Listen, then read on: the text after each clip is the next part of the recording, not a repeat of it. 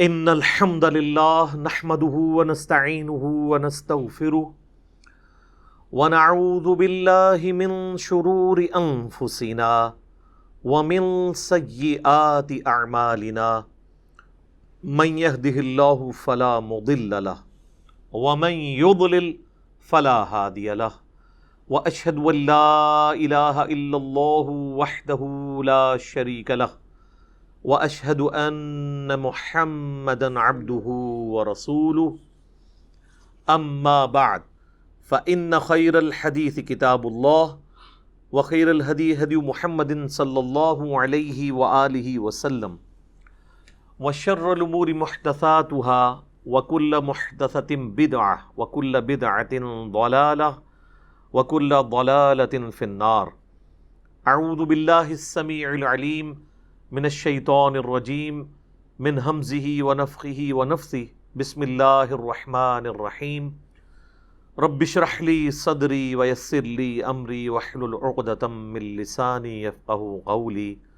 بسم اللہ الرحمن الرحیم ان اللہ وملائکتہ یصلون علی النبی یا ایہا الذین آمنوا صلوا علیہ وسلموا تسلیما. اللہم صلی علی محمد وعلی آل محمد کما صلیت علی ابراہیم وعلی آل ابراہیم انک حمید مجید.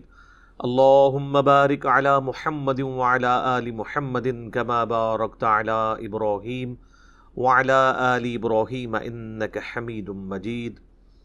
اللہم ربنا آتنا فی الدنیا حسنۃ وفی الآخرۃ حسنۃ وقنا عذاب النار. ربنا آتنا من لدنک رحمۃ وہیئ لنا من امرنا رشدا.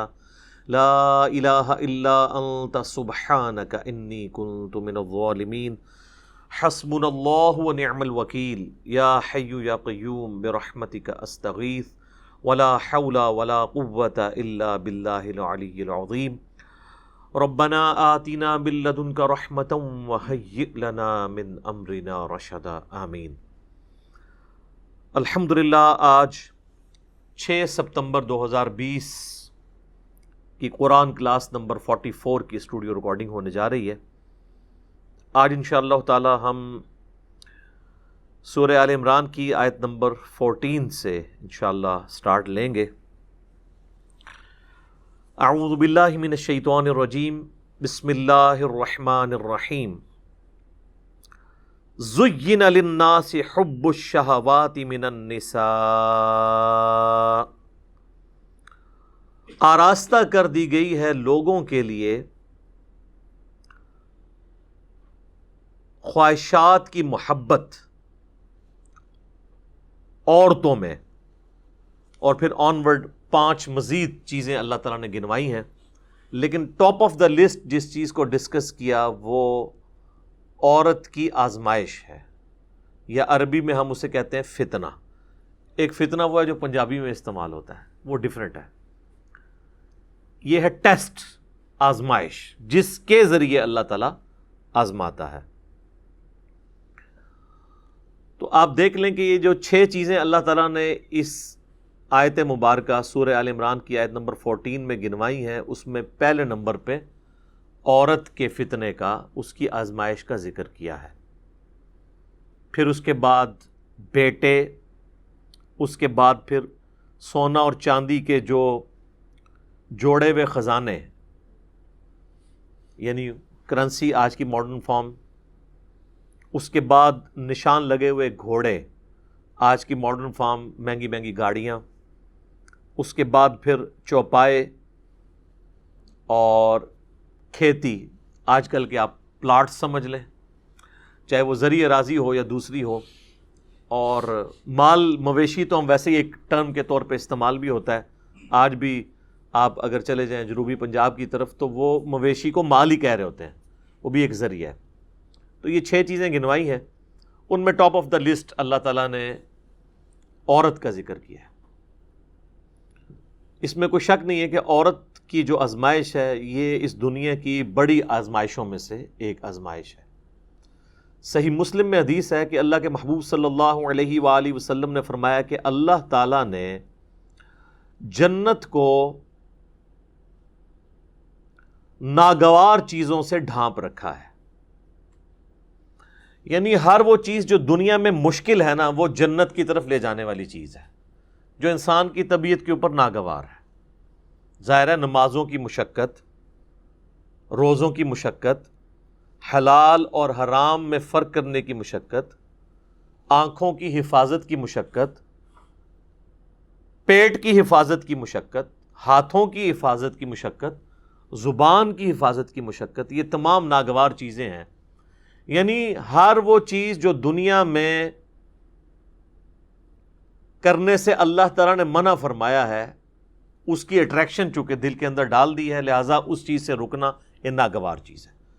تو مسلم شریف کی حدیث کے الفاظ ہیں کہ اللہ تعالیٰ نے جنت کو ناگوار چیزوں سے ڈھانپ رکھا ہے اور جہنم کو خوشنما چیزوں سے ڈھانپ رکھا ہے.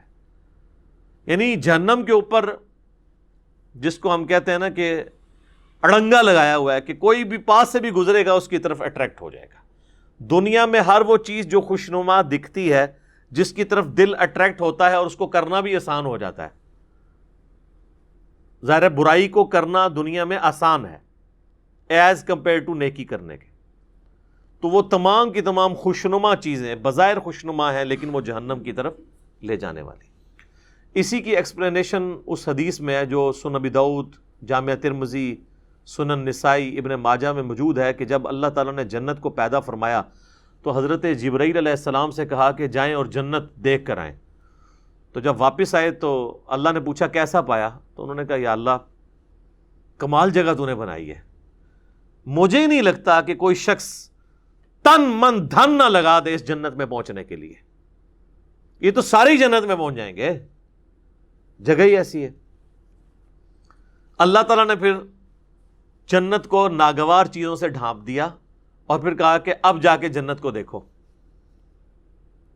جنت کو جب جبرائیل علیہ السلام نے دیکھا تو انہوں نے کہا یا اللہ مجھے نہیں لگتا کہ اب کوئی شخص جنت میں جانے میں کامیاب ہوگا، کیونکہ تو نے اس میں ہرڈلز ہی اتنی ڈال دی ہیں کہ جنت تک پہنچنے کے لیے وہ تمام آبسٹیکلز عبور کرنی پڑیں گی. پھر اللہ نے کہا جا کے ذرا جہنم کو وزٹ کرو. واپس آئے، کہا یا اللہ توبہ توبہ، یہ تو بڑی سختی کی جگہ ہے، کوئی شخص بھی کوئی ایسا عمل کرنے کی کوشش نہیں کرے گا کہ وہ اس تک پہنچ جائے. پھر اللہ تعالیٰ نے جہنم کو خوشنما چیزوں سے ڈھانپ دیا اور پھر فرمایا کہ جاؤ اب جا کے جہنم وزٹ کرو. وہ جب وزٹ کر کے آئے تو انہوں نے کہا یا اللہ مجھے نہیں لگتا کہ کوئی بندہ جہنم میں جانے سے بچ سکے گا، کیونکہ اٹریکشن ہی اتنی رکھی ہے تو نے. جہنم کے اندر نہیں، جہنم کے باہر، جس کو پنجابی سے کہنا ہے کڑگا لگیا ہوا ہے شکار کرنے کے لیے. اسی ازمائش کے اوپر تو پھر جنت ہے. تو وہ جو خوشنما چیزیں جنہوں نے جہنم کو ڈھانپ رکھا ہے، ان میں سے پہلی چیز عورت کا فتنہ ہے. صحیح مسلم میں حدیث ہے، نبی صلی اللہ علیہ وآلہ وسلم نے فرمایا کہ دنیا متاع ہے، برتنے کی جگہ ہے، اور سب سے بہترین متاع نیک بیوی ہے.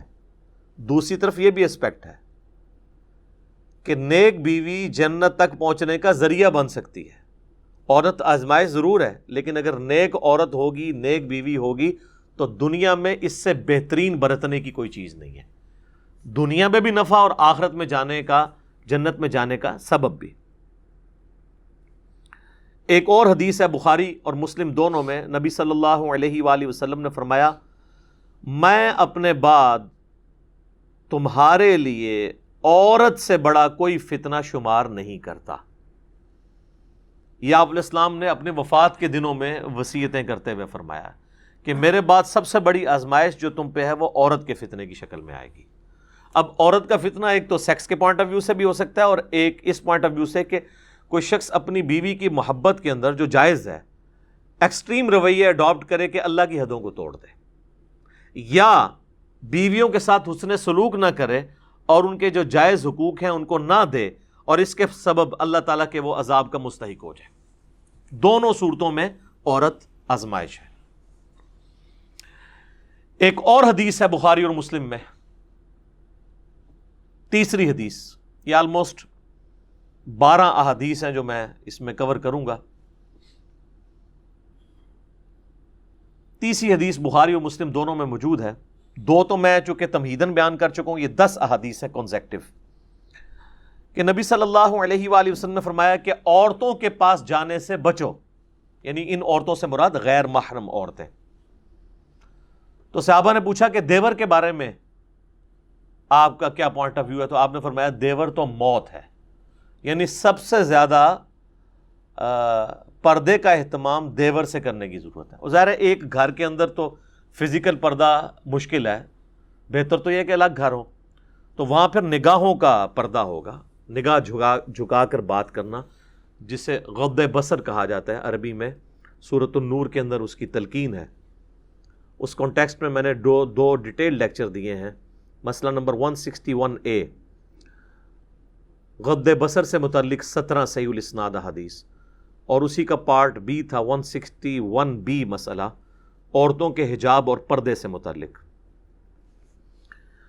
چوتھی حدیث جامعہ ترمذی میں ہے کہ نبی صلی اللہ علیہ وآلہ وسلم نے فرمایا کہ جب کوئی 2 مرد و عورت کسی جگہ الگ ہوتے ہیں، اب ظاہر اس سے مراد میاں بیوی نہیں، جو نامحرم رشتہ ہے، تو تیسرا ان میں شیطان ہوتا ہے۔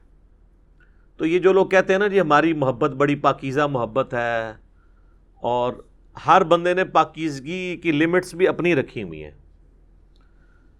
کوئی شخص صرف فون پہ بات کرنے کو پاکیزہ محبت سمجھتا ہے، کوئی ہاتھ لگانے کو پاکیزہ محبت سمجھتا ہے، کوئی ایک سٹیپ اس سے آگے جانے کو پاکیزہ محبت سمجھتا ہے، اور اس سے آگے جانے کو وہ گناہ شمار کرتا ہے۔ حالانکہ اسلام میں نامحرم مرد و عورت کا کوئی اس اعتبار سے رشتہ نہیں ہے، حتیٰ کہ یہ جو منگیتر والا کانسیپٹ ہے نا، یہ بھی غلط ہے۔ منگیتر بھی آپس میں نامحرم ہے جب تک کہ نکاح نہ ہو جائے۔ آفیشیل بانڈنگ جو شریعت میں ہے وہ نکاح کا بانڈ ہے، تو بہتر یہ کہ یہ منگنی کرنے کی بجائے نا نکاح ڈائریکٹ کرنا چاہیے۔ اس کے بعد اگر مرد و عورت آپس میں فون کے اوپر رابطہ رکھنا چاہتے ہیں تو وہ ضرور رکھیں، لیکن فون تک ہی، اس سے آگے نہیں، کیونکہ نکاح کے بعد جب تک رخصتی نہ ہو تو مرد و عورت آپس میں کوئی بھی کسی قسم کا تعلق قائم نہیں کر سکتے، ورنہ تو یہ معاشرے کی جڑیں ہی پھر کٹ جائیں گی، اور اس قسم کے کیسز پھر سامنے آتے ہیں، اور وہ آپ جوڈیشری میں بھی پروف نہیں کر سکتے، اور پھر معاملات کہاں سے کہاں بگڑ جاتے ہیں۔ لہٰذا یہ کہنا کہ جی نکاح ہو گیا تو اب ہر طرح کا تعلق جائز ہو گیا، نہیں، جب تک رخصتی نہ ہو نکاح کے بعد والے تعلقات اس کے لیے جائز نہیں ہوں گے۔ 5ویں حدیث صحیح مسلم کی ہے، نبی علیہ السلام سے پوچھا گیا جو اچانک نظر اٹھ جاتی ہے، تو آپ نے فرمایا کہ اللہ نے مجھے اس چیز سے منع کیا ہے اور حکم دیا ہے کہ اگر اچانک نظر اٹھ جائے تو میں فوراً اپنی نظر ہٹا لوں۔ تو یعنی وہ نظر آپ نے یہ نہیں ہے کہ گھر چھوڑ کے آنا ہے ایک نظر کے اندر، کہتا نہیں پہلی نظر معاف ہے۔ پہلی نظر سے مراد دیکھنا نہیں ہے، پہلی نظر سے مراد ہے کسی شخص کا نامحرم کے بارے میں اس کو یہ پتہ چل جانا، تو پہلی نظر اس کی ہو گئی۔ اب جان بوجھ کے چاہے وہ پہلی نظر بھی ڈالے گا تو اس کی دوسری شمار ہوگی۔ 6ٹھی حدیث بخاری اور مسلم دونوں میں ہے، نبی علیہ السلام نے فرمایا کہ اے نوجوانوں کے گروہ، تم میں سے جس میں استطاعت ہو وہ نکاح کرے، اور اگر نکاح نہیں کر سکتا، یعنی اس کی فائنینشیل حالت ایسی نہیں ہے، تو وہ پھر روزے رکھ کے اپنی شہوت کو ٹھنڈا کرے۔ اور اس میں الفاظ ہیں نکاح کرو، نکاح کرنا تمہاری عفت اور عصمت کی حفاظت اور شرمگاہ کی حفاظت کا ذریعہ ہے، اور یہ نگاہیں نیچی رکھنے کا ذریعہ ہے۔ اب یہ بھی ایک تلخ حقیقت ہے کہ ہمارے معاشرے میں نکاح کی سرمنی اور شادی کی سرمنی اتنی مشکل کر دی گئی ہے کہ جو لوگ فائنینشلی افورڈ بھی کر رہے ہوتے ہیں پھر بھی حالات و واقعات ان کے لیے ایسے نہیں بن پاتے کہ وہ شادی کر سکیں۔ اور دوسری طرف یہ بھی ایکسٹریم ہے کہ ایک شخص فیملی کو سپورٹ کر ہی نہیں سکتا اور آپ زبردستی اس کی شادی کروا دیں کہ جی یہ بعد میں بندے کا پتر بن جائے گا، الٹا آپ 2 خاندانوں میں لڑائیاں ڈلوا دیں گے۔ تو یہ بھی کوئی اپروچ نہیں ہے۔ اور اس حدیث میں جو استطاعت ہے اس سے مراد اس کی سیکچول استطاعت نہیں ہے بلکہ فائنینشیل استطاعت کا ذکر ہے، کہ فائنینشلی اگر وہ استطاعت رکھتا ہے تو وہ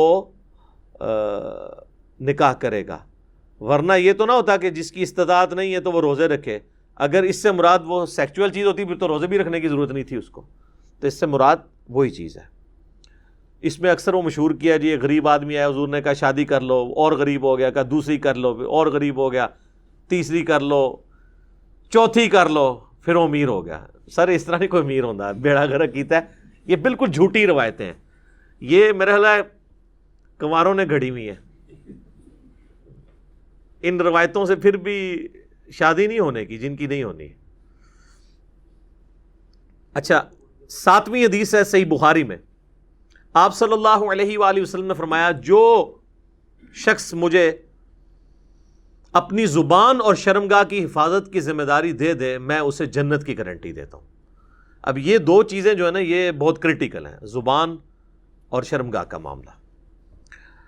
8ویں حدیث صحیح مسلم میں ہے. نبی صلی اللہ علیہ وآلہ وسلم نے فرمایا یہ دنیا بڑی میٹھی ہے, سرسبز و شاداب ہے, اور اللہ نے دنیا میں تمہیں اپنا خلیفہ بنایا ہے.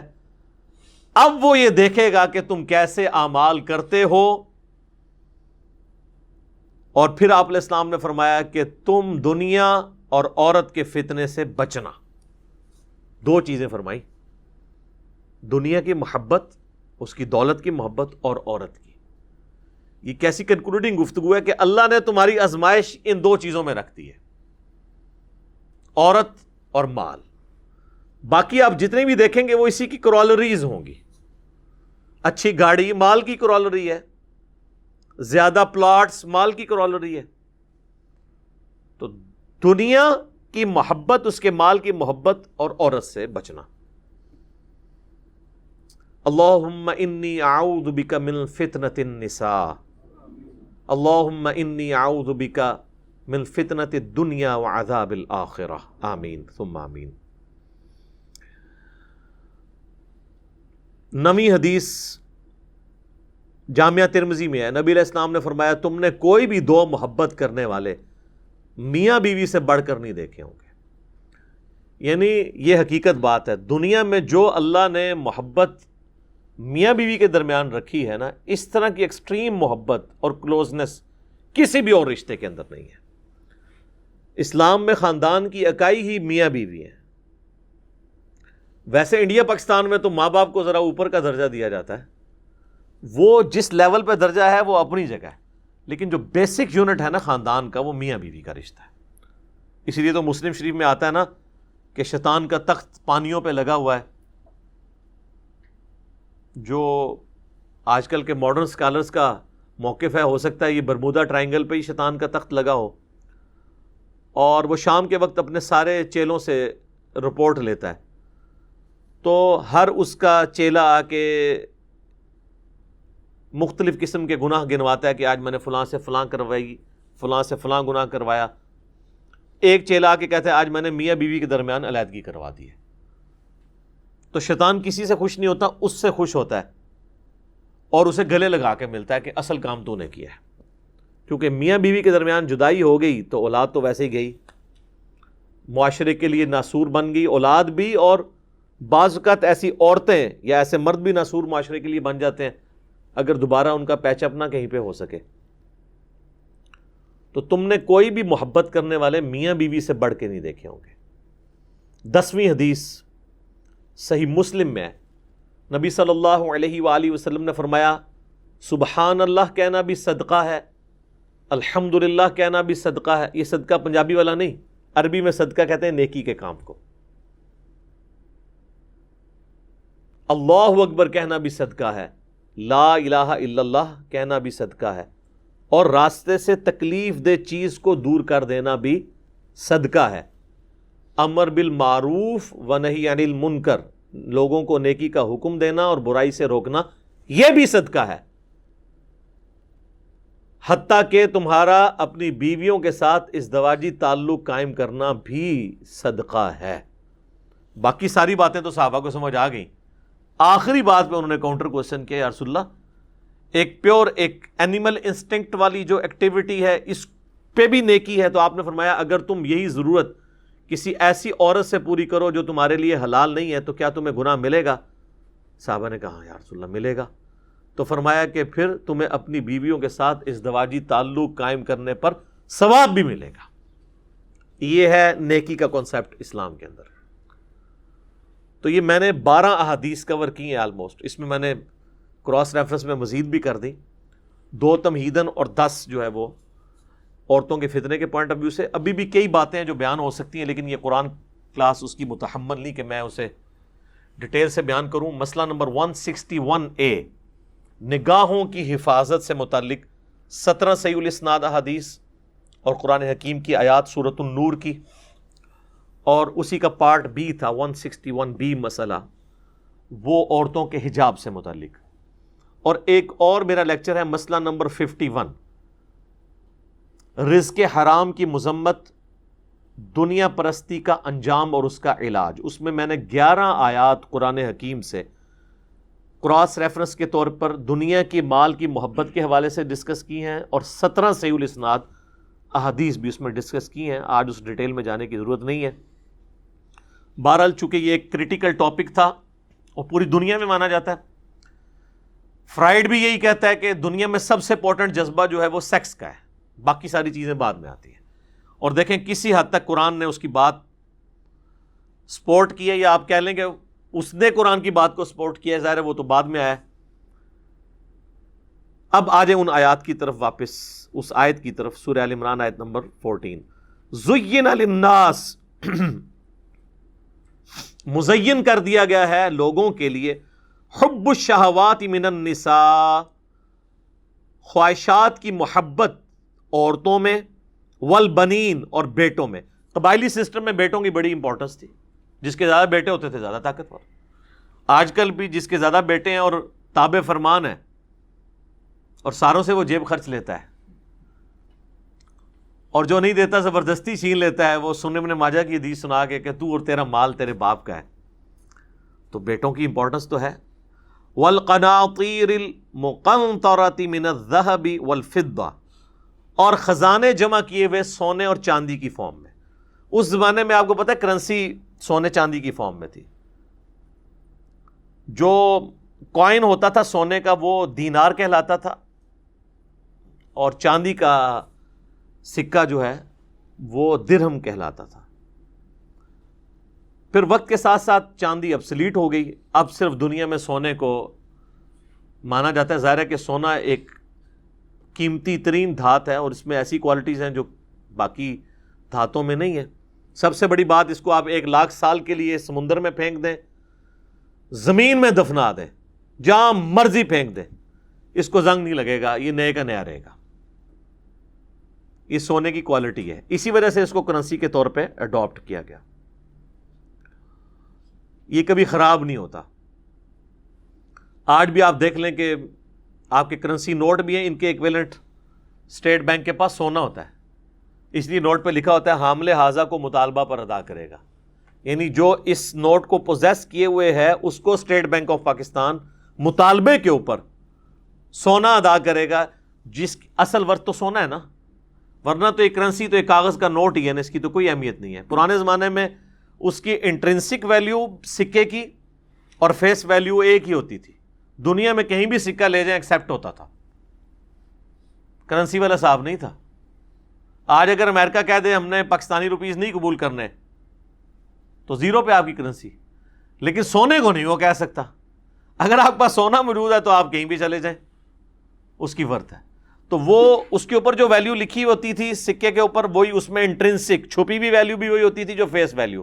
آج کے نوٹ کی صرف فیس ویلیو ہے, اس کی جو انٹرنسک ویلیو ہے نا وہ اسٹیٹ بینک کے پاس ہے, وہ بھی پاکستان کا اسٹیٹ بینک ہی آپ کو دے گا اگر ہوئے اس کے پاس. تو یہ گولڈ کے اوپر بھی میرا ایک کلپ ہے, آپ دیکھیں یوٹیوب پہ. اکثر لوگ پوچھتے ہیں جی 40 سال پہلے قرضہ لیا تھا تو اب کس ریٹ پہ واپس کریں؟ بھائی آج کے ریٹ پہ واپس کریں, کیونکہ 40 سال پہلے اگر سونے کے سکے کسی سے آپ نے لیے ہوتے تو آج پھر سونے کے سکے ہی واپس کرنے تھے نا. یہ تو پاکستان کی ویلیو جو ہے وہ نوٹ کی گرتی جاتی ہے نا, تو کسی کو آپ سزا کیوں دیتے ہیں؟ تو آپ کلپ دیکھ لیں. والخیل المسومہ, اور گھوڑے نشان لگائے ہوئے. اگلے زمانوں میں یعنی یہ ایک مہنگے ترین سواری تھی گھوڑے, خوبصورت نشان لگے ہوئے. آج کل آپ سمجھ لیں ایک گاڑیاں بہترین قسم کی، والانعام اور چوپائے. خیر یہ مویشی تو آج بھی اسی طریقے سے اہم ہے. آپ یہ بڑے بڑے لینڈ لارڈز کو دیکھیں، 3-4 ہزار بھینسیں پالی ہوتی ہیں. تو وہ آپ کو پتا ہے 3-4 ہزار، ایک بھینس جو ہے نا اچھی دودھ دینے والی، اس کی قیمت آلموسٹ 5 لاکھ ہے. 3-4 ہزار اگر کسی کے پاس بھینسیں ہیں نا، جو اس کی دودھ کی کمائی ہے وہ کروڑوں میں بنتی ہے پر منتھ، لاکھوں میں نہیں. تو یہ آپ دیکھ لیں، کئی پولیٹیشنز ہیں انہوں نے اتنی بھینسیں رکھی ہوئی ہیں. لوگ سمجھ رہے ہوتے ہیں یہ مطلب یہ بھینسوں کو کھلا پلا رہے ہیں تو مطلب انہوں نے ترس کھایا ہوا ہے بھینسوں کے اوپر. عام آدمی تو بیچارہ یہی دیکھتا ہے نا کتنا دودھ بیچ دیتے ہوں گے، آپ کو اندازہ نہیں ہے.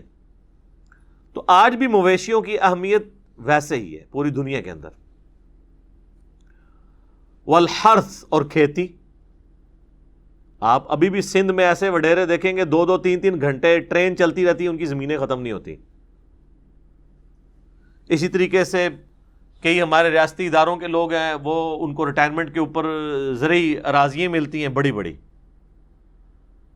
اور وہ ظاہر کمائی کا ذریعہ ہے، مربے ملتے ہیں، ان کے اوپر جو محنت ہوتی ہے وہ انہوں نے کرائے پہ دیے ہوتے ہیں، ان کو انکم آ رہی ہوتی ہے وہاں سے. تو یہ آج بھی اس کی اہمیت اپنی جگہ ہے. بلکہ دنیا میں ٹیکنالوجی سے جو کھانے والے ملک ہیں نا، وہ تو ٹیکنالوجی کے اوپر ڈیپینڈنٹ ہے. آج اگر ٹیکنالوجی ایبسلیٹ ہوتی ہے کہ کوئی اور ایشو بنتا ہے تو دنیا میں سروائیو تو وہی ملک کریں گے جن کی زمین اگاتی ہے. اسی لیے آپ دیکھتے ہیں کہ دنیا کی آبادی جو ہے نا، وہ اس کا میجارٹی پورشن سب کانٹیننٹ اور اس ایریے میں ہے، کیونکہ صدیوں سے لوگوں نے لرن کیا یہاں پہ زمین اگاتی ہے. پوری دنیا سے لوگ ہجرت کر کے یہاں پہ شفٹ ہوئے. امریکہ تو بہت بعد میں دریافت ہوا ہے نا. اس کے بعد اگر کوئی جگہ ہے تو وہ امریکہ ہے، جہاں پہ ہر طرح کا موسم ہے، زمین بھی زرخیز ہے. لیکن سونے کی چڑیا اس وقت بھی یہی علاقہ ہے. تو ٹیکنالوجی کو کھا تو نہیں سکتا، لیکن اگر زمین جہاں پہ اگاتی ہے وہ جگہ یوٹیلائز ہوتی رہے تو وہ کم از کم لوگ بھوکے نہیں مر سکتے. ذالک متاع الحیات الدنیا، لیکن یہ سب دنیا کے برتنے کا سامان ہے. واللہ عندہ حسن المآب، اور اللہ کے پاس بہترین ٹھکانہ ہے. اللہ نے کہا یہ چیزیں حرام نہیں ہیں، یہ برتنے کی چیزیں ہیں. اس کو آپ مثال سے سمجھیں. سفر کرنے کے لیے بحری جہاز یا کشتی کے چلنے کے لیے پانی برتنے کی جگہ ہے. برتنے کا مطلب کیا ہے کہ وہ کشتی پانی کے اوپر چلے گی، یہ تو مجبوری ہے، زمین پہ تو چل نہیں سکتی، ٹائر تو نہیں ہے اس کے. لیکن اگر وہ پانی کشتی کے اندر داخل ہو جائے تو پھر وہی پانی جو اس کی زندگی کا ذریعہ تھا اس کشتی کے ڈبونے اور موت کا ذریعہ بن جائے گا. تو بس اتنا ہی برتنا ہے، جتنا کشتی پانی کو استعمال کرتی ہے نا، اتنا ہی آپ نے دنیا کو برتنا ہے. اس کو مزید آسان مثال سے سمجھیں. ٹوائلٹ انسان کی رفع حاجت کو پورا کرنے کے لیے، ایک بیسک ہیومن نیڈ کو پورا کرنے کے لیے. لیکن اگر کوئی شخص ہر وقت ٹوائلٹ میں ہی بیٹھا رہے تو اسے کون عقل مند سمجھے گا؟ ضرورت کے لیے جاتے ہیں اور فوراً واپس. تو دنیا میں بھی ہر چیز جو ضرورت والی ہے اس کو بس اتنے ہی استعمال کرنا ہے جتنی ضرورت ہے. متاع، برتنے کی چیز. اور پھر اللہ نے کہا کہ اللہ کے پاس اس سے بہتر ٹھکانہ ہے جنت. اور وہ واقعی بہتر ہے اس اعتبار سے کہ دنیا کی برتنے کی چیزوں کے ساتھ جتنی کمزوریاں لگی ہوئی ہیں نا، ان میں سے کوئی کمزوری اس کے اندر نہیں ہے. دنیا میں آپ تھوڑا سا کھا لیں پیٹ خراب ہو جاتا ہے، اس کے بعد حاجت کے لیے بھی جانا پڑتا ہے. جنت میں بخاری مسلم میں آتا ہے کہ جتنا مرضی کھائیں ایک خوشبودار ڈکار آئے گی، ڈکار بھی خوشبودار، اور ہر چیز ہضم، کوئی ٹوائلٹ جانے کی ضرورت نہیں. دنیا کا سب سے بڑا المیہ یہ ہے کہ یہ ختم ہو جانے والی ہے،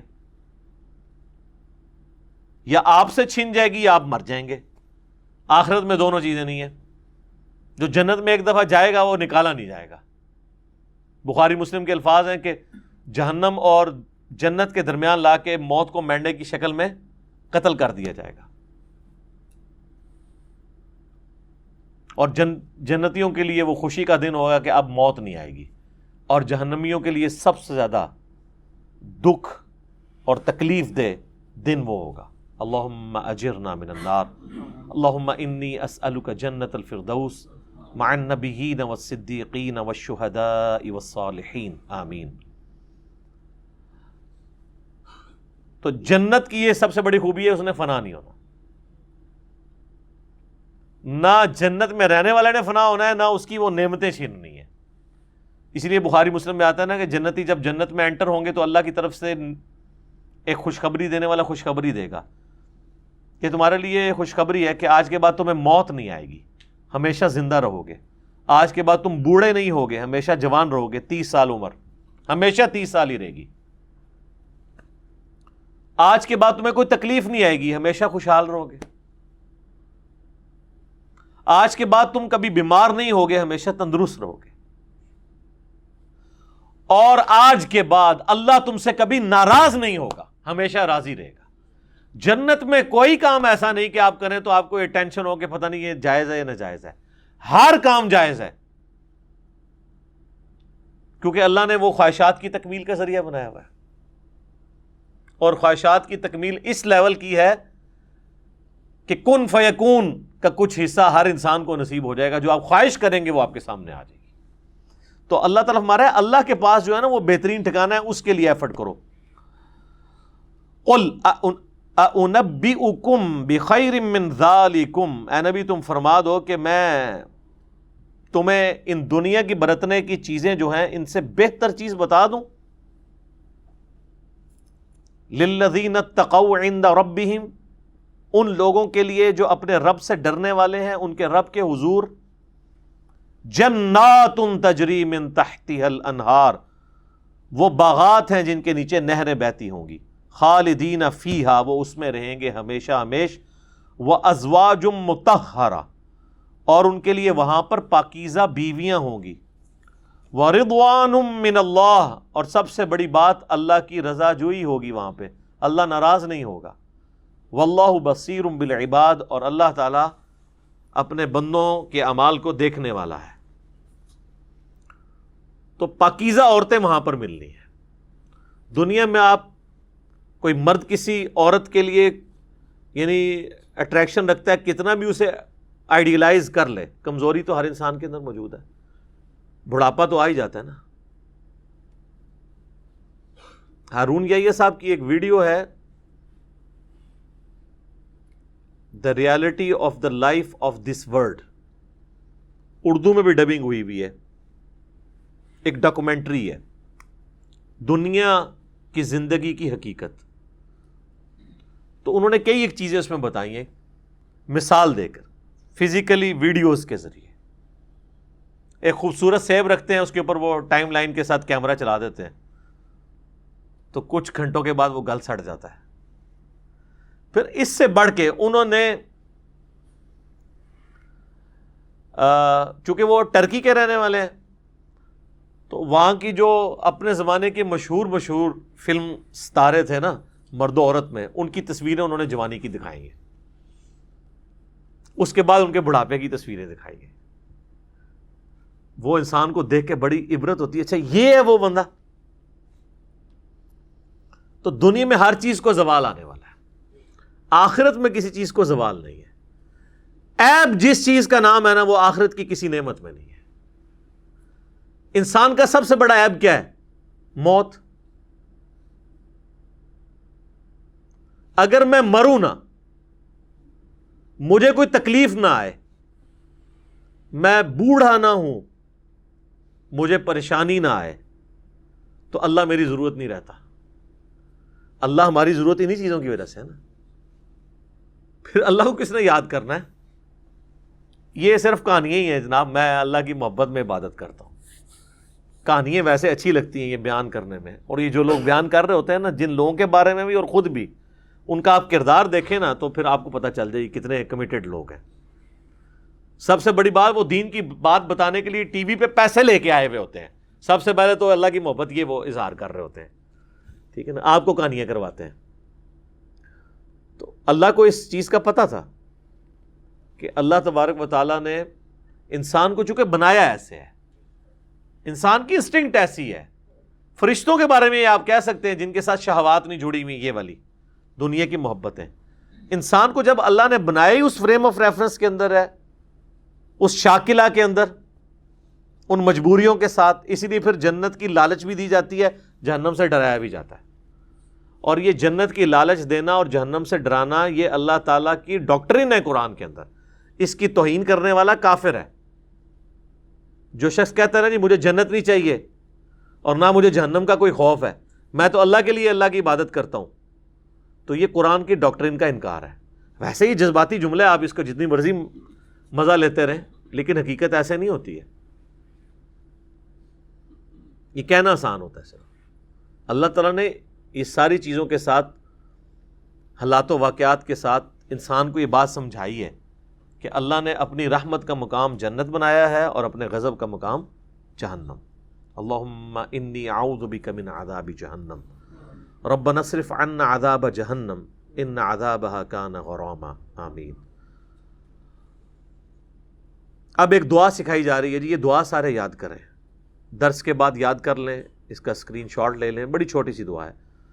الذین یقولون، اہل ایمان کی اللہ نے نشانی بتائی ہے، وہ دعا کرتے ہیں ربنا اننا آمنا فاغفر لنا ذنوبنا، اے رب ہمارے بے شک ہم ایمان تو لے آئے، پس ہمارے گناہوں سے درگزر فرما، وقنا عذاب النار، اور سب سے بڑا ہمیں سرٹیفکیٹ یہ دے دے کہ ہمیں آگ کے عذاب سے بچا لے. آمین. کمال دعا ہے. ربنا اننا آمنا، اے اللہ ہم ایمان تو لے آئے، ٹھیک ہے نا، اب ہمارے گناہوں سے درگزر فرما دے. یعنی یہ نہیں ہے کہ میں اب گناہ کرتا رہوں گا اور تو معاف کرتا رہنا، نہیں، جو پہلے بھول چک ہوئی معاف کرنا. آئندہ کے لیے میں صحیح پٹری پہ چلوں گا. پھر بھی کبھی کہیں پہ کوئی شخص خطا کا شکار ہوتا ہے، اللہ کی طرف رجوع لے آئے. ربنا اننا آمنا فاغفر لنا ذنوبنا وقنا عذاب النار، اے رب ہمارے ہم ایمان تو لے آئے، پس ہمارے گناہوں سے درگزر فرمانا اور ہمیں آگ کے عذاب سے بچا لینا. آمین. یہ دعا سارے یاد کریں جی درس کے بعد. الصابرین والصادقین، یہ وہ لوگ ہیں جو مصیبت آنے پر صبر کرنے والے ہیں، اور صادقین ہیں، سچے ہیں، کبھی بھی سچائی پہ کمپرومائز نہیں کرتے، ٹروتھ لورز ہیں. والقانتین والمنفقین، اور عاجزی کرنے والے ہیں اور اللہ کی راہ میں خرچ کرنے والے ہیں. والمستغفرین بالاسحار، اور رات کے آخری پہر میں اٹھ کر اللہ کے حضور معافی مانگنے والے ہیں. اللہم اجعلنا منہم، اللہ تعالی ہمیں بھی ان میں کرے. آمین.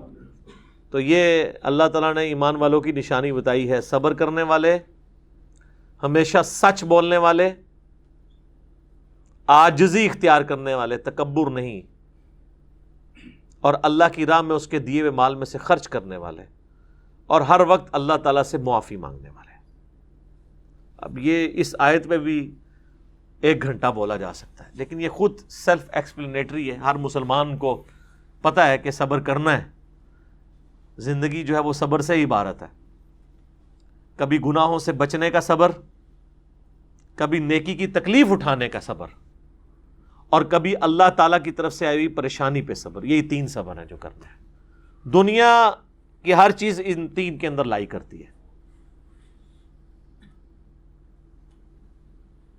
سردیوں میں ٹھنڈے پانی سے وضو کرنے کا صبر، گرمیوں میں روزے رکھنے کا صبر، گرمیوں کی چھوٹی راتوں کے بعد فجر کی نماز پڑھنے کا صبر، رزق حلال کمانے کا صبر، مصیبت اور پریشانی کے اوپر صبر، اور حرام سے بچنے پر صبر. یہ بھی صبر ہے نا. راتوں رات انسان امیر ہو سکتا ہے حرام کما کے، لیکن صبر کرے، قناعت کر لے. شاہد اللہ انہ لا الہ الا ہو، سب سے پہلے اللہ گواہی دیتا ہے اس بات کی کہ اس کے سوا کوئی معبود نہیں ہے.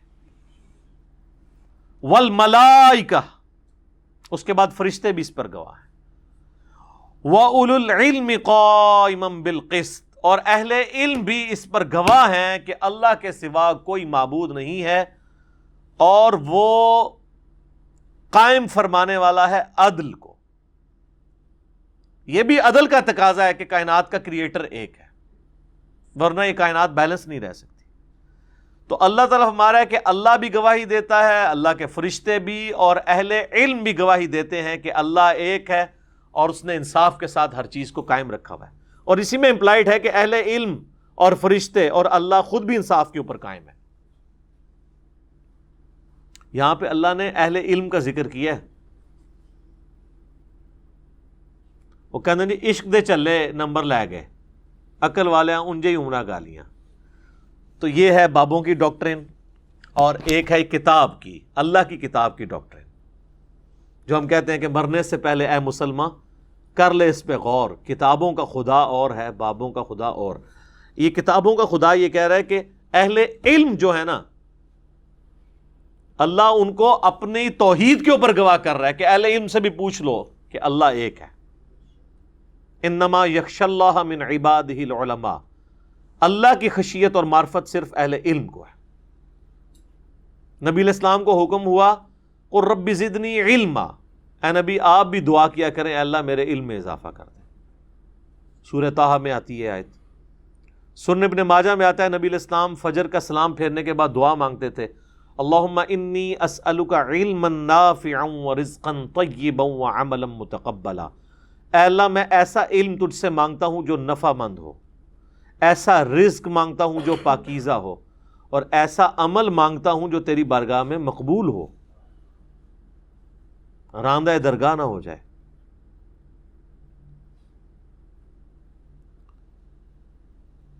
پھر سورہ الزمر میں آیا قل هل يستوي الذين يعلمون والذين لا يعلمون انما يتذكر اولو الالباب، بھلا بتاؤ علم والے اور بغیر علم والے برابر ہو سکتے ہیں؟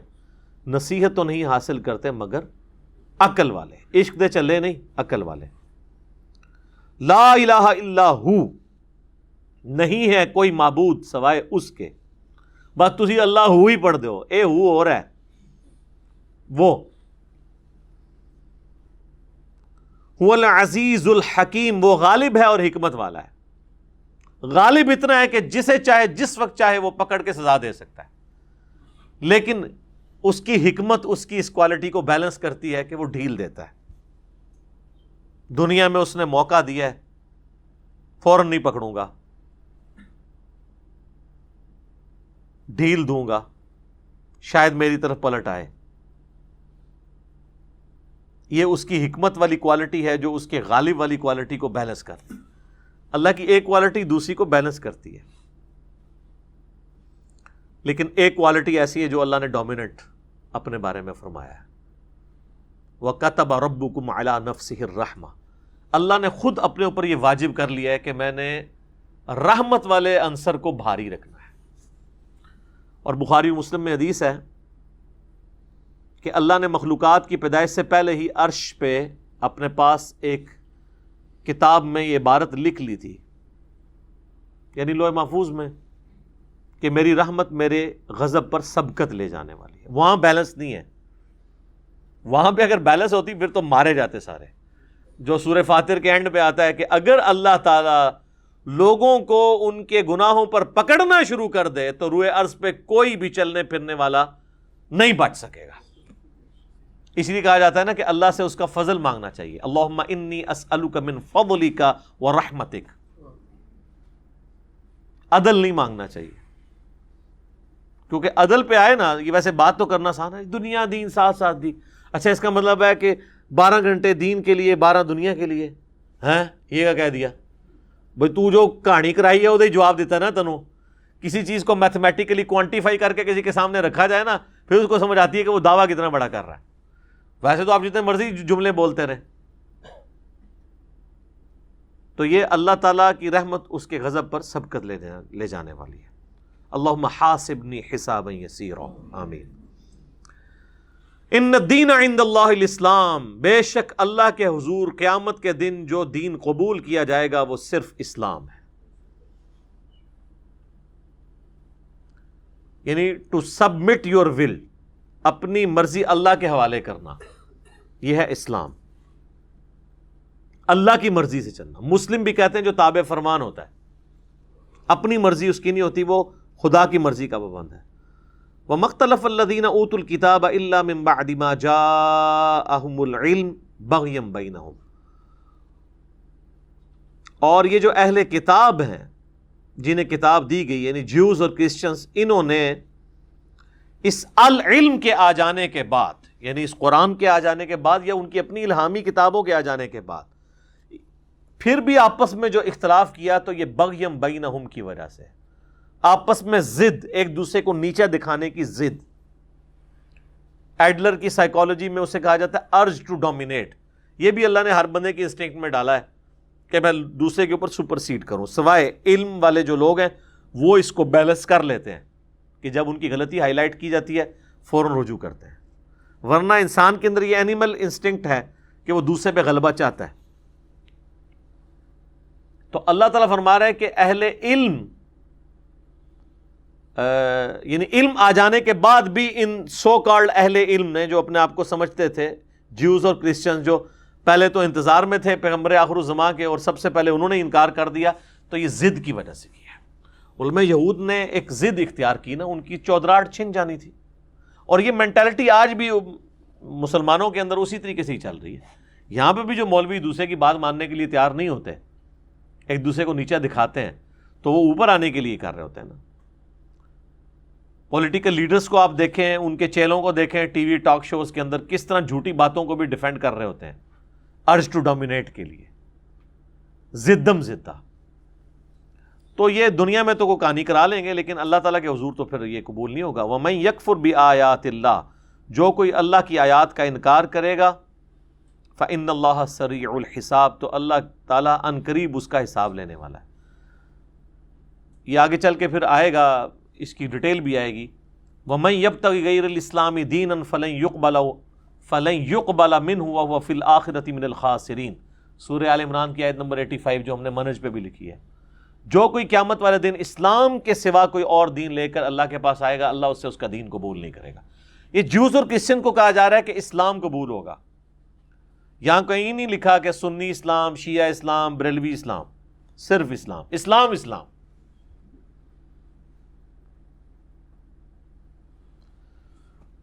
فَإِنْ حَاجُّوكَ فَقُلْ أَسْلَمْتُ وَجْهِيَ لِلَّهِ. اے نبی، اس کے باوجود بھی اگر یہ جیوز اور کرسچنز کے علماء آپ سے جھگڑا کریں تو آپ ان سے فرما دیں کہ ہم نے تو اپنا سر تسلیم خم کر دیا ہے اللہ کے سامنے. وَمَنِ اتَّبَعَنِ، اور جو میری پیروی کرنے والے لوگ ہیں وہ بھی اللہ کے سامنے سر تسلیم خم کرتے ہیں.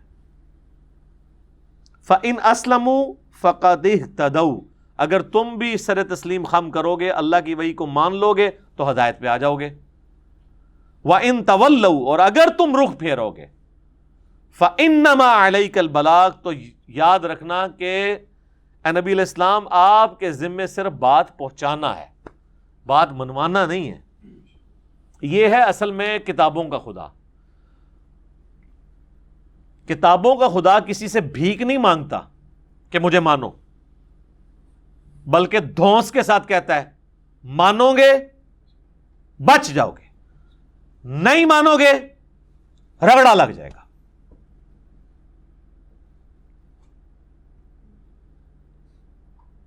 واللہ بصیر بالعباد، اور اللہ تعالی اپنے بندوں کو خوب دیکھنے والا ہے. اچھا، اس میں ایک وہ حصہ رہ گیا تھا. ہاں جی، وَقُلْ لِلَّذِينَ أُوتُوا الْكِتَابَ وَالْأُمِّيِّينَ، اے نبی علیہ السلام آپ فرما دیں اہل کتاب سے بھی اور ان ان پڑھوں سے بھی، جاہلوں سے بھی، یعنی جو عرب کے لوگ تھے نا، امی تھے، ان پڑھ. اسلمتم، کیا تم اسلام لے کر آتے ہو؟ فَإِنْ أَسْلَمُوا فَقَدِ اهْتَدَوْا، اگر یہ ایمان لے آئیں گے تو ہدایت پہ ہوں گے. وَإِنْ تَوَلَّوْا فَإِنَّمَا عَلَيْكَ الْبَلَاغُ، اور اگر منہ پھیرو گے تو یاد رکھو کہ ہمارے نبی کے ذمہ تو نہیں ہے مگر صرف بات کو پہنچا دینا. واللہ بصیر بالعباد، اللہ تعالیٰ اپنے بندوں کو دیکھ رہا ہے. اور نبی علیہ السلام کو یہی حکم ہوا ہے نا، فذکر بالقرآن من یخاف وعید. اے نبی، اس قرآن کے ذریعے آپ ڈر سنائیں ان کو جو اللہ کی دھمکی سے ڈر جائے. جو ڈرنے والا نہیں اس کو کہا کہ چھوڑ دیں. فذکر ان نفعت الذکر، آپ نصیحت کریں اگر نصیحت کرنا کسی کو فائدہ دے رہا ہو. سیذکر من یخشی، نصیحت اسے کریں جو ڈر جائے. ویتجنبها الاشقی، اس کو چھوڑ دیں جو بدبختی کے اوپر اترا ہوا ہے. وَيَتَجَنَّبُهَا الْأَشْقَى الَّذِي يَصْلَى النَّارَ الْكُبْرَى ثُمَّ لَا يَمُوتُ فِيهَا وَلَا يَحْيَا. اس کو تو ہم بڑی آگ پہ پیش کریں گے، پھر وہاں پہ نہ زندوں میں ہوگا نہ مردوں میں. سورہ الفرقان میں آتا ہے آج ایک موت نہیں ہزاروں موتیں مانگو، موت نہیں تمہیں آنی. موت آئے تو کام تمام ہو جائے، نہیں موت نہیں آئے گی. اللہم اجرنا من النار. ان الذین یکفرون بآیات اللہ، بے شک وہ لوگ جو اللہ کی آیات سے کفر کرتے ہیں. اب اس سے مراد وہی جیوز اور کرسچنز، اسپیسیفکلی جیوز بنی اسرائیل. وَيَقْتُلُونَ النَّبِيِّينَ بِغَيْرِ حق، اور وہ قتل کرتے رہے ہیں انبیاء کو ناحق. وَيَقْتُلُونَ الَّذِينَ يَأْمُرُونَ بِالْقِسْطِ، اور قتل کرتے رہے ہیں ان لوگوں کو بھی جو انصاف کا حکم دینے والے، یعنی اہل علم علماء حق کو بھی قتل کرتے رہے. ظاہر ہے دنیا میں جو بھی پیغمبروں کی دعوت لے کے اٹھتا ہے نا، تو اس کے ساتھ بھی دشمنی، پھر یہ وہی اسی طرح کی دشمنی نبھاتے ہیں جو انبیاء کے ساتھ نبھاتے ہیں. یأمرون بالقسط من الناس، لوگوں میں سے. فبشرہم عذاب علیم، تو اے نبی خوشخبری سنا دیں ایسے لوگوں کو. اب یہ بڑا ٹانٹ والا انداز ہے. فبشرہم بعذاب علیم، ان کو خوشخبری سنا دیں دردناک عذاب کی. یہ ٹانٹ کا انداز ہے. خوشخبری یعنی یہ غصے کا آخری درجے کا اظہار ہے کہ کسی کو تکلیف دینی ہے، اس کو کہا تجھے خوشخبری ہے عذاب کی. حالانکہ عذاب آنا کوئی خوشخبری تو نہیں ہے، عذاب کی خوشخبری سنا دیں. انبیاء اکرام کو ظاہر ہے بنی اسرائیل نے قتل کیا، رسولوں کو نہیں قتل کیا. رسولوں کے ساتھ چونکہ رسول تو آتے ہی اس دھمکی کے ساتھ ہے مجھ پہ ایمان لاؤ ادروائز بڑے دن کا عذاب تمہیں آ پکڑے گا. اور پھر اس کے مقابلے پہ رسول بچا لیے جاتے ہیں اور مخالفین تباہ و برباد کر دیے جاتے ہیں. نوح علیہ السلام رسول تھے، موسیٰ علیہ السلام رسول تھے، مخالفین تباہ و برباد کر دیے گئے. ہود علیہ السلام، صالح علیہ السلام. لیکن یوسف علیہ السلام نبی تھے، انہوں نے کہیں یہ دھمکی نہیں لگائی مجھ پہ ایمان لاؤ ورنہ بڑے دن کا عذاب تمہیں آ پکڑے گا. یحییٰ علیہ السلام نبی تھے. عیسیٰ علیہ السلام کے کیس میں چونکہ وہ رسول تھے، مخالفین تو تباہ نہیں ہوئے لیکن رسول کو اللہ نے بچا لیا. مخالفین کے پہ عذاب کی قسطیں پھر بعد میں آئیں ٹائٹس کی شکل میں 70 عیسوی کے اندر، جب یروشلم کی اینٹ سے اینٹ بجا دی، اور پھر قیامت تک ان کی قسطیں آنی. اور آخری قسط جو ہے وہ جب یہ دجال کے ساتھ ملیں گے پھر عیسیٰ علیہ السلام آ کے خود ان سے بدلہ لیں گے. تو وہ عذاب کا آخری کوڑا ہے جو بنی اسرائیل پہ پڑنا ہے، الا یہ کہ جو لوگ ایمان لے آئیں. اولئک الذین حبطت اعمالہم فی الدنیا والآخرہ، یہ وہ لوگ ہیں بد نصیب کہ جن کے اعمال دنیا اور آخرت میں اللہ نے برباد کر دیے. یعنی کوئی نیکی کو پلے ہے بھی تھی نا، وہ بھی ختم. وما لہم من ناصرین، اور ان کے لیے کوئی مددگار نہیں ہوگا. الم تر الی الذین اوتوا نصیبا من الکتاب، کیا تم نے ان لوگوں کو نہیں دیکھا جنہیں کتاب کا کچھ حصہ دیا گیا تھا، یعنی جیوز اور کرسچن. کتاب کا کچھ حصہ یعنی اصل کتاب تو لوح محفوظ میں ہے نا، وہیں سے قرآن، تورات، زبور، انجیل اترے. تو ایک حصہ تورات کی شکل میں بنی اسرائیل کو بھی دیا گیا، انجیل کی شکل میں بنی اسرائیل میں سے ایک جز کرسچنز کو دیا گیا. ان کا حال یہ ہے یدعون الی کتاب اللہ، جب انہیں اب اس فائنل ٹیسٹمنٹ کی طرف بلایا جاتا ہے، یا ایون اولڈ ٹیسٹمنٹ اور نیو ٹیسٹمنٹ جس میں لکھا ہوا ہے پیغمبر آخر الزمان آنا ہے، یا ایون اگر ان کو نہیں بھی ماننا اس میں لکھی بھی توحید کی طرف بھی انہیں بلایا جاتا ہے. لیحکم بینہم، کہ ان کے درمیان فیصلہ کیا جائے ان کے جھگڑوں کا. ثم یتولی فریق منہم وہم معرضون، تو ان میں سے ایک فریق جو ہے وہ منہ پھیر لیتا ہے، اور وہ ہے ہی منہ پھیرنے والے. اور اس کی ریزن اللہ نے بتائی ہے. ذالک بانہم قالوا لن تمسنا النار الا ایاما معدودات، یہ ان پہ یہ جو نوست پڑی اس لیے کہ انہوں نے خود سے ایک کانسیپٹ بنا لیا ہے کہ ہمیں تو دوزخ کی آگ نہیں چھوئے گی مگر چند دن کے لیے. اور جی پھیرے ہی لگنا ہے نا سرکار, تسی بھی یہی کر رہے ہو. میں سورۃ البقرہ میں ڈیٹیل سے ڈسکس کر چکا ہوں اسی سے ملتی جلتی آیات پہ. وَغَرَّهُمْ فِي دِينِهِمْ مَا كَانُوا يَفْتَرُونَ, اور ان کے دین کے معاملے میں ان باتوں نے جو خود گھڑا کرتے تھے انہیں دھوکے میں مبتلا کر دیا. یعنی ان کے سیلف میڈ کانسیپٹس نے, ان کے اپنے بنائے ہوئے خود خیالات نے انہیں دین کے معاملے میں دھوکے میں ڈال دیا. اور جی اللہ نے ساڑی نمازاں نہیں چاہیے جی, اللہ چاہے تو چھوٹی جی نیکی تے بخش بھی سکتا ہے, تے اللہ چاہے تو چھوٹی جی گناہ تے پکڑ نہیں سکتا. اے گل نہ کرو جی, کوئی چنگی چنگی گلاں سناؤ. جو اللہ چھوٹی سی نیکی پہ بخش سکتا ہے وہ چھوٹے سے گناہ پہ پکڑ بھی سکتا ہے. تو اللہ تعالیٰ فرما رہے کہ ان کو دھوکے میں ڈال دیا ان کے سیلف کانسیپٹس نے. فَكَيْفَ إِذَا جَمَعْنَاهُمْ لِيَوْمٍ لَا رَيْبَ فِيهِ, پھر کیا حال ہوگا ان کا جب انہیں جمع کیا جائے گا اس دن جس دن کے آنے میں کوئی شک نہیں, یعنی قیامت کا دن. وَوُفِّيَتْ كُلُّ نَفْسٍ مَا كَسَبَتْ, تو ہر جان کو پورا پورا بدلہ دے دیا جائے گا جو دنیا میں اس نے اعمال کیے ہوں گے, اچھے یا برے. وَهُمْ لَا يُظْلَمُونَ, اور ان پر ظلم نہیں کیا جائے گا. تو یہ مسلمانوں کے ہاں بھی کانسیپٹ آ گیا جی اللہ تعالیٰ کو نمازیں نہیں چاہیے. بھئی اللہ نے کب کہا ہے مجھے نمازیں چاہیے؟ اللہ کہتا ہے تمہیں تمہارے لیے نمازیں چاہیے, اللہ کے لیے نمازیں نہیں آپ پڑھ رہے. اللہ کی نماز پڑھ رہے ہیں, اس کو سجدہ کر رہے ہیں, پڑھ رہے اپنے لیے. وہ اس نے کہا میں چھوڑوں گا نہیں. پھر پوری کتابوں کا, الہامی کتابوں کا مقدمہ, پیغمبروں کے آنے کا مقدمہ اسی کے اوپر قائم ہے کہ اللہ تبارک و تعالیٰ نے یہ دنیا جو ہے کھیل تماشے کے لیے نہیں بنائی ہوئی ہے بلکہ ایک آزمائش کے لیے بنائی ہے, ایک سیریس کریشن ہے انسان کی. اس لیے آپ دیکھتے ہیں کہ جب انبیاء کرام کا انکار لوگ کرتے ہیں تو دنیا میں ان پہ عذاب آتا ہے, اور آخرت کی کس باقی رسولوں کے کیس میں, انبیاء کے کیس میں آ بھی سکتا ہے اور بعض انبیاء قتل بھی ہو جاتے ہیں, لیکن رسولوں کے کیس میں واضح اللہ تعالیٰ نے فرمایا کتب اللہ لأغلبن انا ورسولی, اللہ نے یہ بات طے کی ہے کہ میں اور میرے رسول غالب ہی رہیں گے دنیا میں بھی اور آخرت میں بھی. اللہ تعالیٰ ہمیں اپنی الہامی کتابوں اور پیغمبروں کی تعلیمات پر چلنے کی توفیق عطا فرمائے. اللہ تعالیٰ سے دعا ہے جو حق بات میں نے کہی اللہ تعالیٰ ہمارے دلوں میں راسخ فرمائے. اگر جذبات میں میرے منہ سے کوئی غلط بات نکل گئی تو اللہ تعالیٰ ہمارے دلوں سے ہی معاف کر دے. ہمیں کتاب و سنت کی تعلیمات پر عمل کر کے دوسرے بھائیوں تک پہنچانے کی توفیق عطا فرمائے. سبحانک اللہم و بحمدک اشہد ان لا الہ الا انت استغفرک و اتوب الیک وما علینا الا البلاغ المبین. آمین.